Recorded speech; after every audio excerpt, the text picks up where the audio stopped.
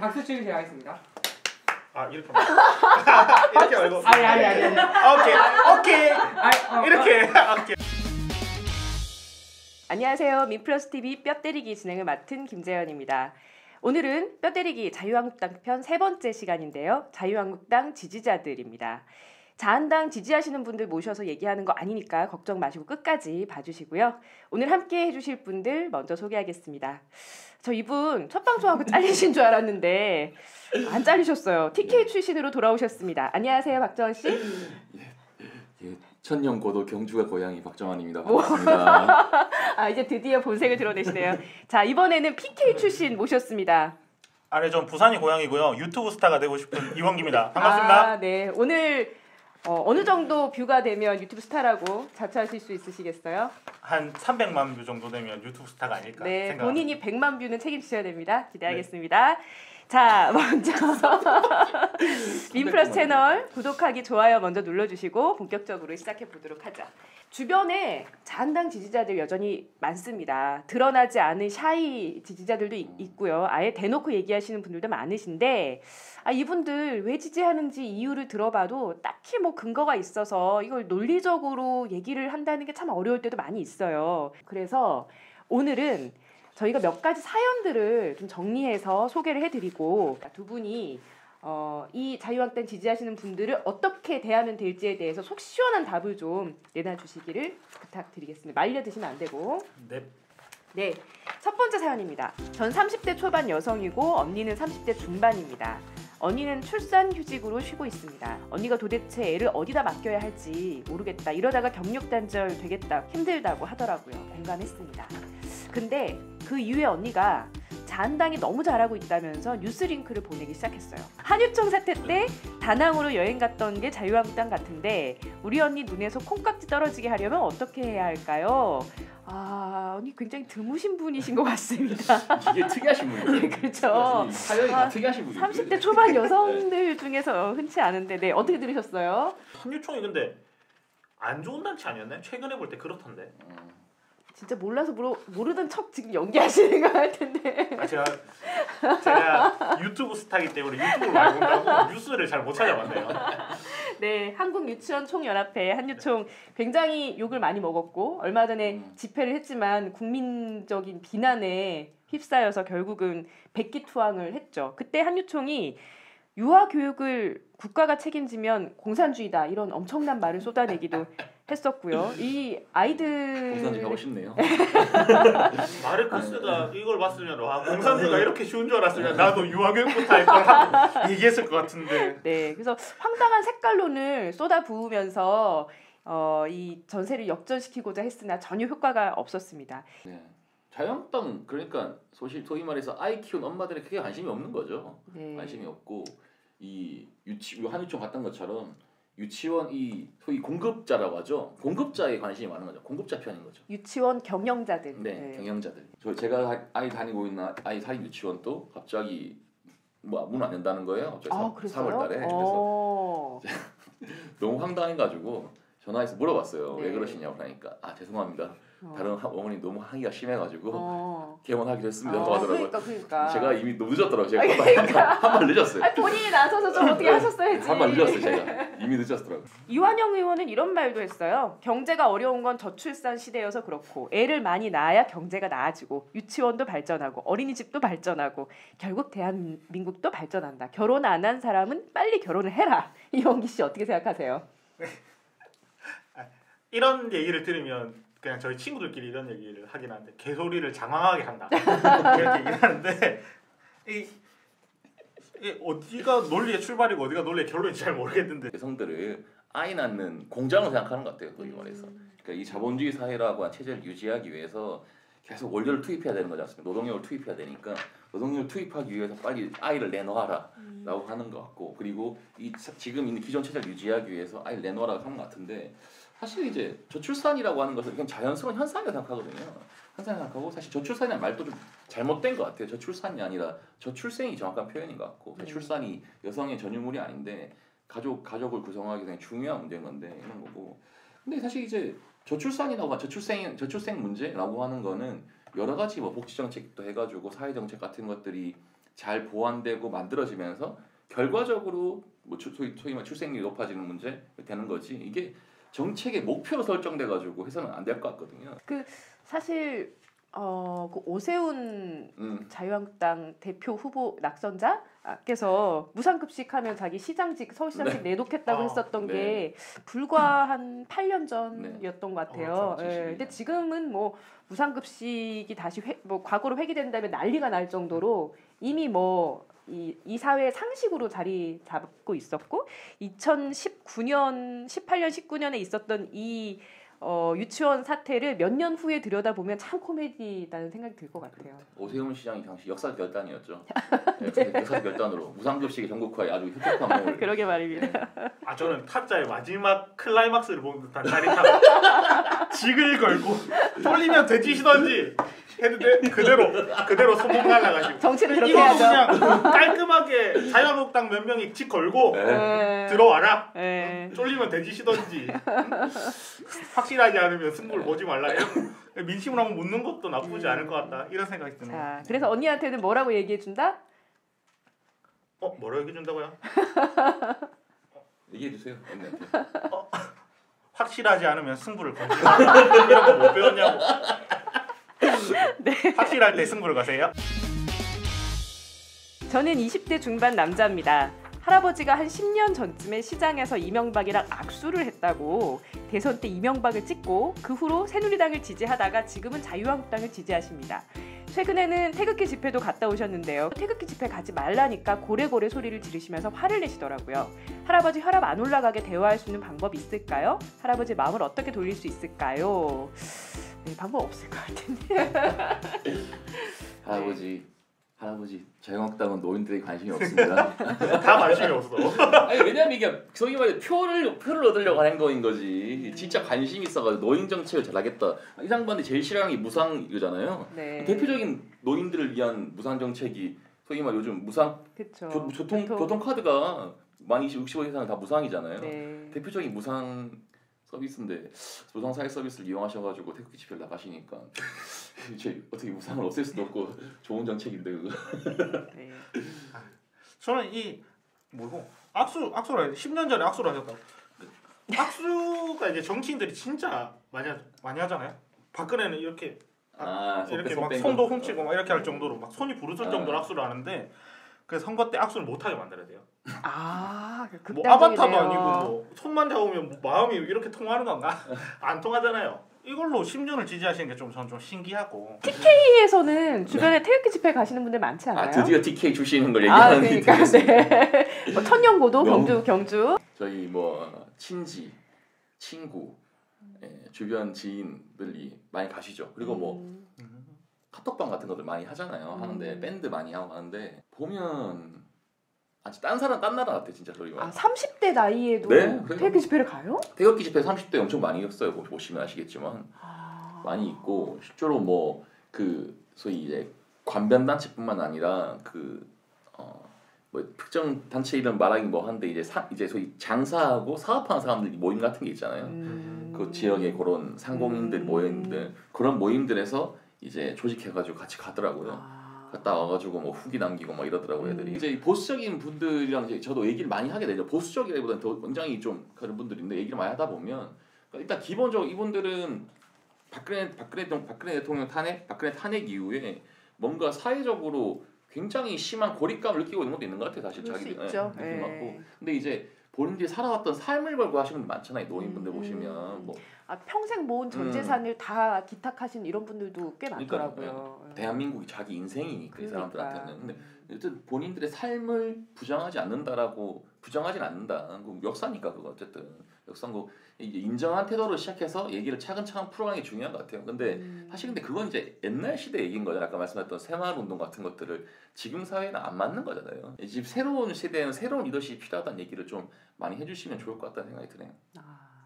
할아버지와 네, 새로운 리더십에 대해서. 할아버지께서는 그러면 이야기가 풀리나요? 할아버지 이제 좀 편히 쉬십시오. 새로운 리더십은 감옥에서 나오신 박근혜 대통령이시다 이렇게 하는 거 아니에요? 할아버님 세대가 전 굉장히 좀 외롭다는 말에는 좀 동감하고 왜냐면 이제 꼰대니 뭐 틀딱이니 하는 단어가 이제 태극기 부대와 함께 생기면서 그냥 굉장히 세대 자체가 배척당하는 느낌이실 것 같고 그래서 외로운 와중에 거기 가면 친구들도 있고 장기도 한 판 뜨고 젊은 애들 지나가면 잡아서 쌍욕도 한번 하고 괜시리 한번 패보기도 하고 파이팅 넘치고 막 텐션이 올라오는 즐거운 살아있음을 느끼는 자리가 될 수도 있겠다 하는 생각이 들고 그냥 그런데 안 나가시려면 그 적적함을 내가 메꾸어 주는 것이 좀 중요하지 않나 하는 생각이 들고 그래 할아버지들은 손주가 진솔한 대화를 시도하자. 진솔한 대화 해보셨습니까 할아버지랑? 할아버지 돌아가셨어요. 네, 죄송합니다. 죄송합니다. 살짝 나가주세요. 어떡하죠 이 분위기? 네 번째 사연 넘어가 볼게요. 전 이제 막 대학을 졸업한 여자입니다. 저와 제 친구는 취준생입니다. 친구가 백수인 게 다 지금 정부의 정책이 잘못돼서 그렇대요. 그러니까 이렇게 말하는 거죠. 지금 정부가 북에만 몰두해서 북한에만 몰두해서 경제도 안 좋고 그래서 청년 일자리도 많이 안 생긴다. 아주 참신한 개소리죠? 저도 그렇게 생각해요. 진짜 친구랑 대화하다가 인중 칠 뻔했어요. 친구 정신 차리게 한마디 날려주세요. 속 터져 죽을 것 같아요. 근데 인중 어떻게 치는 거죠? 뭐 이렇게 치는 건가? 아니 이렇게 치면 안 되고 이렇게 치면 너무 멀니까 여기 주먹을 해서 여기를 세우는 거예요. 이렇게 해서 인중에 빡 치는 거고 주먹을 꽉 쥐면 코가 내려앉으니까 인중이 안 맞는단 말이죠. 인중만 딱 이렇게 이렇게 될것 같은데 이렇게 팍 이렇게. 어떻게 치더라도 네. 인중을 치는 건 전 좋다고 생각합니다. 한 대 치고 시작하세요. 일단 치세요. 그리고 아파서 말을 못하고 고통에 신음할 때 옆에서 자근자근 잘 이야기해 주시면 되겠다. 네. 네. 근데 이 친구가 말하는 게 지금 정부가 북한에 몰두해서 경제도 안 좋고 그래서 청년 일자리도 없다. 이런 얘기가 어떻게 이게 연관성이 있는 건가요?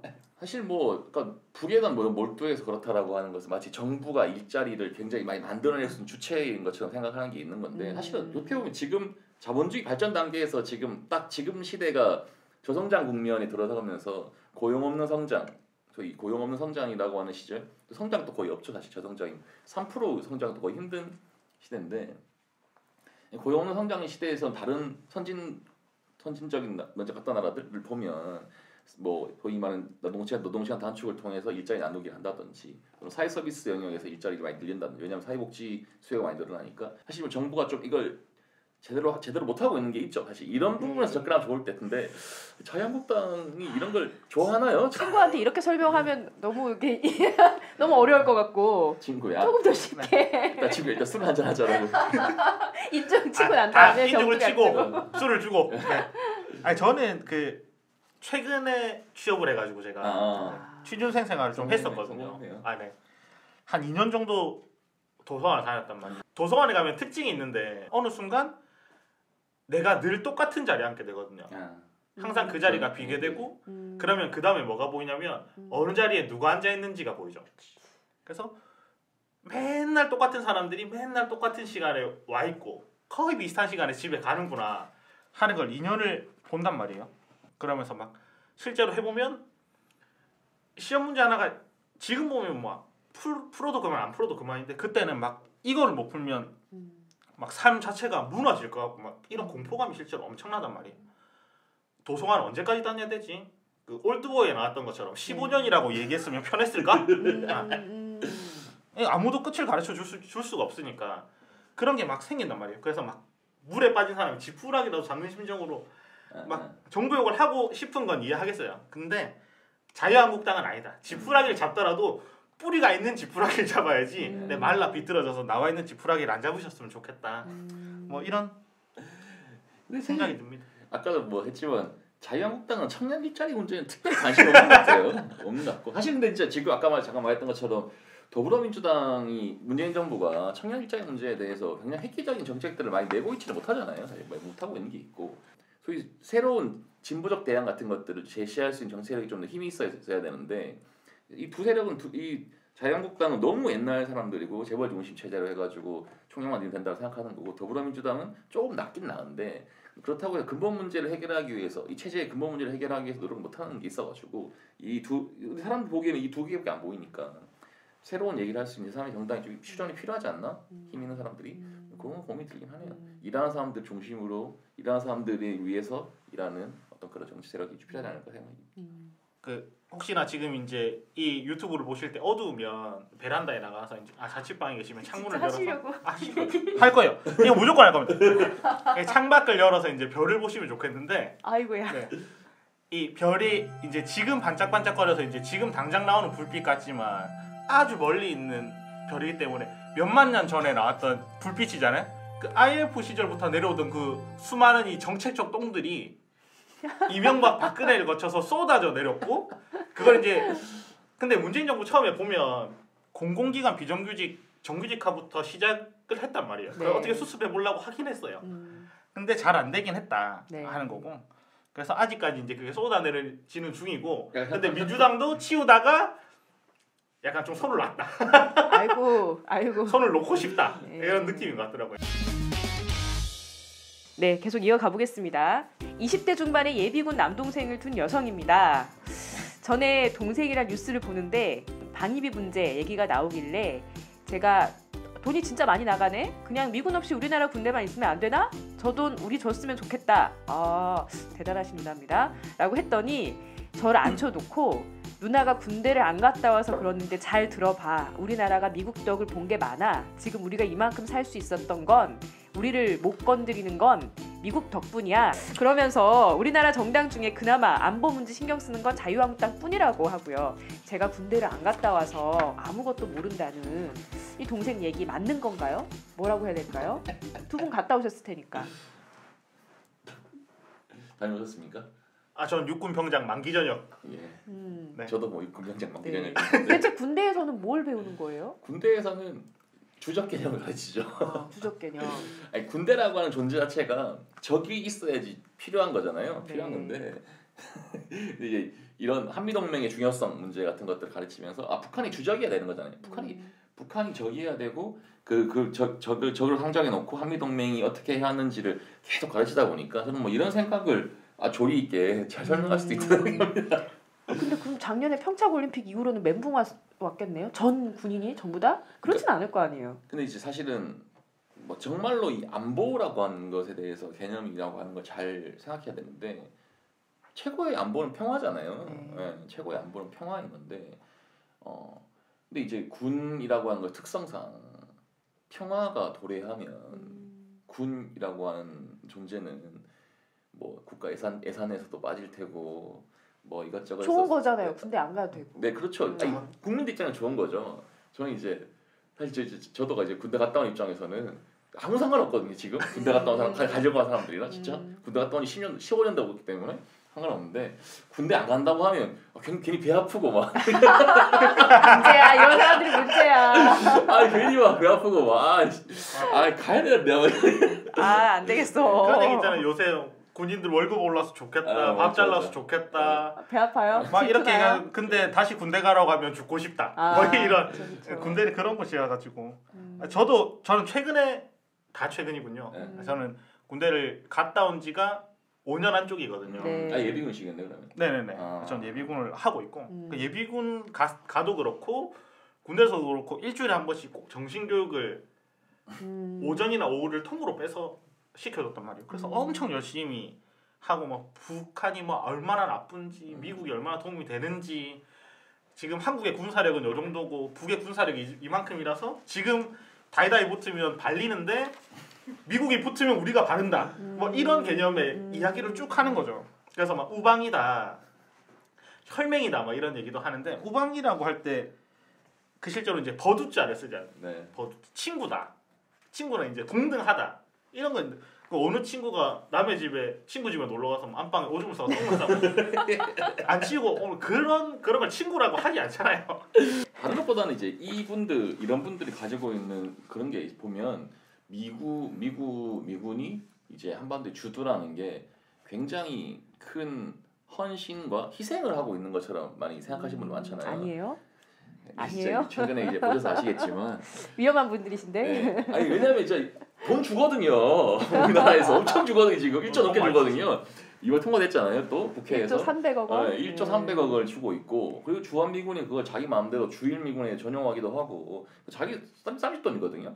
1조 300억 원을 쓰는데 그게 어디 쓰는지도 몰라요. 한국 사람들은. 우리나라 세금을 내는데 불구하고 모르는 거고 그리고 이 소위 한반도라고 하는 것에서 미국이 자기의 전략적 충지로서 생각하고 있는 게 있는 거잖아요. 자기의 나름의 자기 이익이 있고 그 자기 이익에 맞게 이제 국익에 미국이라는 국익에 맞게 자기는 여기 배치하는 건데 뭐 그게 마치 굉장한 뭐 희생을 하고 헌신하는 것처럼 이래 바라보는 도덕적으로 바라보는 무슨 종교적인 것처럼 막 바라보는 이런 시각은 좀 굉장히 문제인 것 같고 현실적이지도 않고 실제로 있는 거 없는 것 같고요. 좀 더 나가면 이런 거죠 뭐 소위 말해서 자기 전략적 이익대로 하는 거면 돈을 본인들이 지불하고 와 살아야 되는 거잖아요. 살아야 되는데 근데 이제 오히려 지금 우리가 지금 주둔 비용의 80%를 대고 있잖아요. 지금 계속 이렇게. 근데 이게 소위 말해서 한반도에 평화가 정착이 되고 하는 데 있어서 과연 우리가 또 주둔 비용을 댈 필요가 있나? 나갈까봐 우리가 바짓가랑이 그러니까. 나가지 말아달라고 하고 있는 거 왜 아니에요? 그러시지? 미군을 약간 헌신적으로 생각한 건 그런 것도 있지 않을까요? 사람들이 이제 대한민국 남성들은 다 이제 군대를 다녀왔잖아요. 우리처럼 군생활 하는 줄 알고 아침에 일어나서 삽 들고 막 그 기지 다 파고 막 풀 뽑는 줄 알고 불쌍한 실제 풀 안 뽑습니다. 네, 돈 많이 받습니다. 이런 거 댓글 되게 걱정된다 지금 두 분 얘기 계속 들으면서. 관심이 없습니다. 자유한국당 뭐가 관심 있죠? 이때까지 다 관심이 없어요. 냉정하게 얘기해야 돼요 진짜. 오늘 방송 평소보다 5배 뷰 나올 것 같아요. 지금 막 엄청난 악플 막 달릴 것 같아. 다 떠나서 이명박 박근혜 정권 10년과 지금 문재인 정부 들어서서 언제가 더 평화로웠는지 언제가 더 안보의 위기가 많았었는지를 딱 극명하게 대비가 되잖아요. 저 사실 그래서 이 소위 말해서 이 국방 정책이나 이런 평화 안보 정책 같은 것들을 군대를 안 가 여성들이 많이 해야 한다 생각해요. 그러니까 이게 군대 갔다 온 남자들이 하니까 사고가 이렇게 사고 방식 자체가 군사 중심으로 생각하더라고 인간들이. 군대 안 갔다 온 남자들이 주로 하는 거 아닌가요? 빙고. 전 40대 초반 남성입니다. 전 민주노총 조합원입니다. 집회 같은 곳에 잘 참여하는 편은 아니지만 그래도 상당 부분 민주노총이 하는 것에 호감을 갖고 있습니다. 근데 참 어이없는 상황인데요. 이번 보궐선거 끝나고 동료들이랑 술 한잔하면서 얘기를 했는데 다들 자한당 사람을 찍었다는 겁니다. 다들? 엄청난데요. 자한당? 더불어도 아니고 자한당? 왜? 라고 했더니 지금 문재인 너무 못하고 그렇다고 뭐 듣도 보도 못한 사람 찍는 것보다는 자한당이 낫지. 그래서 찍었어 라고 하는 겁니다. 아무리 생각해도 이상한데 제가 지식이 짧다 보니 뭐라고 해야 할지 모르겠더라고요. 제 직장 동료들에게 뭐라고 말해줘야 하는 걸까요? 하셨어요. 이번 보궐선거라면 두 군데였잖아요. 경남 지역일 텐데 두 분 TK, PK 대표신데 어떻게 생각하세요? 저 대표는 아니고 그냥 네. 출신. 네. 그래서 저도 주변에서 이런 경우를 아예 안 본 건 아니거든요. 네. 이상하게 사람들이 이게 어떻게 어떤 생각으로 찍으시는 거지? 뭐라고 말씀을 드려야 좀 이분들을 좀 돌려 세울 수 있지 뭐 이런 고민을 좀 해보긴 했는데 그냥 투표를 하다 보면 그런 게 있잖아요. 내 표가 캐스팅 보트가 됐으면 좋겠다. 그 열매를 항상 보고 싶은 거죠. 근데 좀 씨를 좀 뿌리면서 조합원이 씨라면 진보 정당이나 노동자들을 위한 정치를 하는 정당에 좀 씨를 뿌린다는 마음으로 투표를 해주시면 좋지 않을까 뭐 이런 생각이 저는 좀 듭니다. 네. 민주 조합원 중에서 영남 지역 영남 노동벨트라고 아주 많이 얘기하잖아요. 있는데 거기 보면 사실은 지역 사회는 또 따로 있는 거니까요. 여전히 자유한국당이라고 하는 사람 영향이 큰 동네인데 근데 지금까지 이제 그 동네가 영남 노동벨트, 소위 진보벨트라고 불렸던 이유는 민주노총 조합원들이 이제 노동자 중심의 정당을 키워왔다고 써 있었던 거고 그렇게 하기 위해서 민주노총 방침이 있었던 거고 정치 방침이 있었던 거였는데 사실 민주노총 정치 방침이 없어지고 난 이후에는 사실은 조합원들이 다 개별 판단을 하는 거죠. 뭐 지연 학연 같은 게 많기 때문에 그래서 이제 이거는 이제 그 민주노총이라고 한 조직이 정확하게 정치 방침을 내는 것도 굉장히 중요한 문제라고 생각이 들고 근데 이제 뭐 예를 들면 저희 삼촌 같은 경우가 고향이 경주인데 삼촌 같은 경우가 이제 경주에 있는 이 금속노조 사업장에서 대의원을 하셨었거든요. 네. 하셨는데 과거에 이제 통합진보당 시절 2014년 같은 경우 있었는데 당시 이제 민주노총 정치 방침은 진보 정당에 대한 지지가 있었으니까 해야 했는데 근데 삼촌이 사는 곳에서는 통합지방 후보가 출마했고 삼촌 일하는 직장 근처에는 자유한국당 후보가 출마했어요. 삼촌이 아는 사람이. 그러니까 삼촌이 이제 삼촌 주소 옮기셨어요? 아니 삼촌 주성기인 게 아니라 삼촌이 자기 직장 근처 가가지고 자유한국당 선거운동 해주고 아는 사람이니까. 근데 자기 사는 투표는 통합지방에 찍더라고요. 일리가 돼서. 그러니까 이제 이 사람 입장에서 근데 우리가 보기에는 약간 이상한데 이 사람의 사고에서 당연한 거죠. 이쪽 동네에는 통합지방 후보가 없으니까 당연히 자유한국당 내 아는 사람 나와서 찍어주는 거고 네. 여기는 우리 금속노조 방침이니까 네. 당연히 여기 방침들 찍는 거고 이제 이런 사고가 있기 때문에 저희 책 방침이라고 하는 게 굉장히 중요한 문제입니다.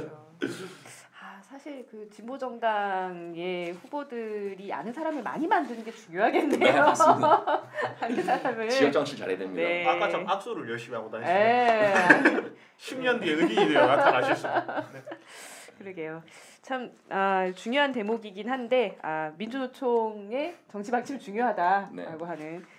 사회자께서도 지역에서 정치 활동하시는 것처럼 그 지역에 뿌리 내려가지고 진보정당 활동가들이 뿌리 내려서 그 동네에 있는 정말 그 같은 사람 돼야 되는 거잖아요. 그냥 뭐 처지를 잘 모르면서 잘 모르고 사실 뭐 이 그 노동벨트라고 하는 뭉뚱그려서 얘기하지만 그 속에 굉장히 다양한 형태의 얼굴들이 있는 거잖아요. 맞습니다.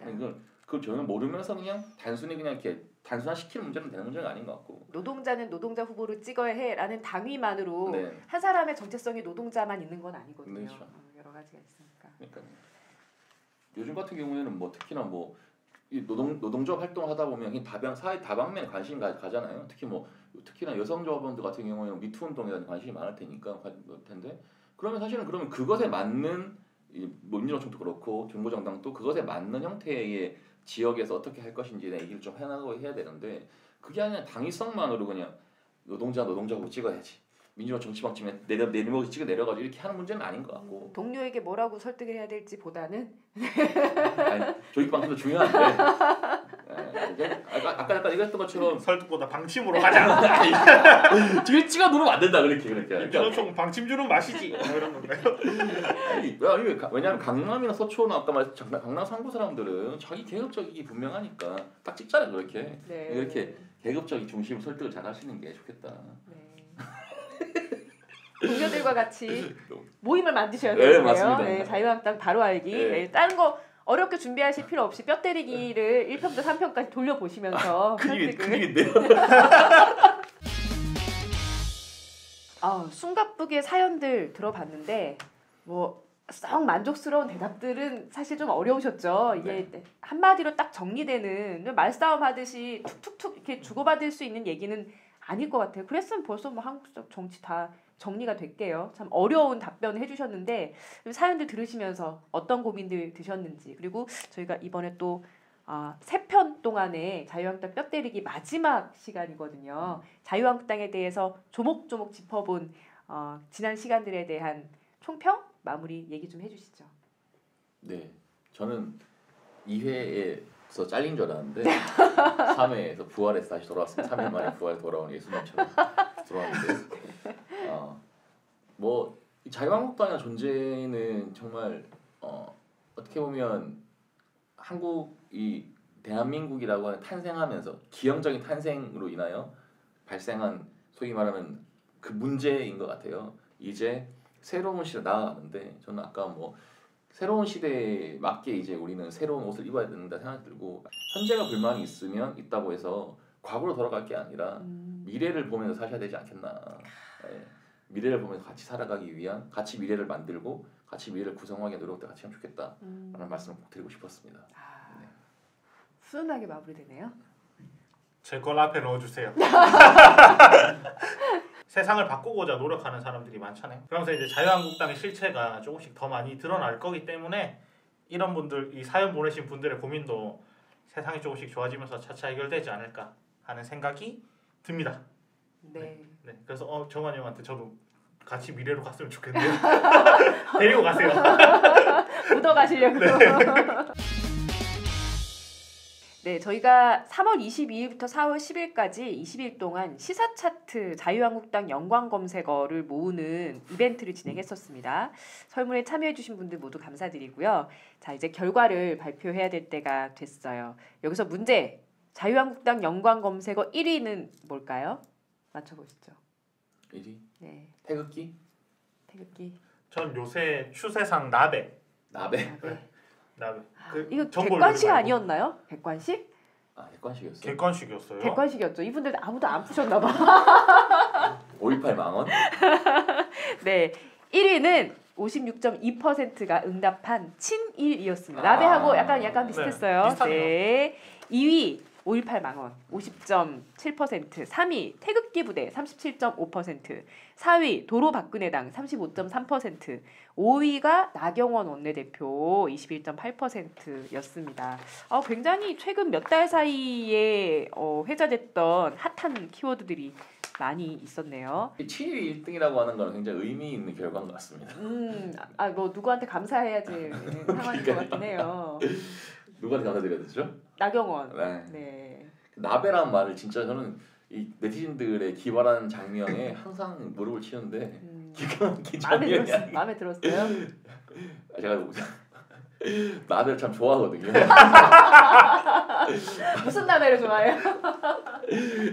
나가사키 짬뽕 가서 좋아하잖아요. 그 사람들이 김치 우동 나베 이런 거 좋아하는데 근데 진짜 나베는 먹을 때마다 생각나요? 생각나요. 시킬 때마다 로마다키 안돼 이 작가에 가서 진짜 오랜만에 듣는다. 이 작가에 가가지고 좀 시키면 나베 애들이 막 있잖아요. 형 이거 네. 나베 볼 때마다 빵 터지더라고. 그래서 2위가 5.18 망원이었어요. 얼마 안 남았죠, 5.18이? 네. 그렇죠. 39주기. 그런 지 9년째 된 나이인데 최근에 그 진짜 39년 만에 밝혀진 사실이 하나 있잖아요. 그 군이 당시 5.18 당시에 시체를 실어가지고 김해로 이동했다고 하는. 네. 전 진짜 뭐 얘기하면서도 막 그런데, 그러니까 이제야 하나씩 밝혀지고 있는 거잖아요. 진짜 이제야 그냥. 네. 그럼에도 불구하고 이 자유한국당 인간들이 자기들이 이 정도 좀 되면 사실은 이제 자신들이 했던 발언을 반성하고 사과하고 이런 것들을 해야겠지만 사실 뭐 그렇게 책임 있는 정치력이 아니니까 전혀 그러고 있지 않죠. 그래서 정말 이 5.18 문제가 새롭게 진상규명이 되고 청산되는 과정에서 함께 이제 이 자유한국당 정치 세력이 싸그리 진짜 정말 정리돼야 될 사람들이 아닌가 싶은 너무 많이 들더라고요, 진짜. 이번 5.18 기념식에도 가겠죠? 자유한국당에서도. 그러니까요. 가겠죠. 네. 국가기념식 추념일이니까 가겠는데. 네. 우리 무슨 낯으로 오는지 잘 모르겠네요. 어떤 낯을 염치가 없어도 너무 없는 게 아닌가. 5월 유가족들이 그냥 놔두지는 않을 것 같습니다. 네. 뭔가 좀 사람에 대한 존중도 없고 뭐 자기만 잘 살고 이권만 챙기고 이런 것에 너무 좀 특화된 집단인 것 같아서 마음이 별로 안 좋습니다. 잘 나가는 게. 자유한국당 잘 나가나요, 지금? 씨를 말렸어야 했는데. 할 수 있습니다. 네, 씨가 다시 불어나가지고. 네. 총선이 이제 1년 남았기 때문에 그 네. 안에 또 얼마나 많은 사고를 치겠습니까? 지금까지 민플러스TV 뼈때리기 자유한국당 3편 함께해 주셔서 감사합니다. 과거로의 획이 되지 않도록 자유한국당 없는 세상 여러분들과 함께 꿈꿔보고 싶습니다. 같이 우리 자유한국당 빠이빠이 하면서 한번 끝내볼까요? 알겠습니다. 너무 유치한가요? 네, 유치합니다. 네, 유치하게 안녕. 여기 즐겁게 인사해달라고 써있어서 네, 자유한국당 없는 세상을 꿈꾸면서 자유한국당 못하겠어. 네, 하세요. 괜찮아요. 네, 자유한국당 없는 세상을 꿈꾸면서 함께 인사하시죠. 빠이빠이. 빠이빠이. 빠이빠이.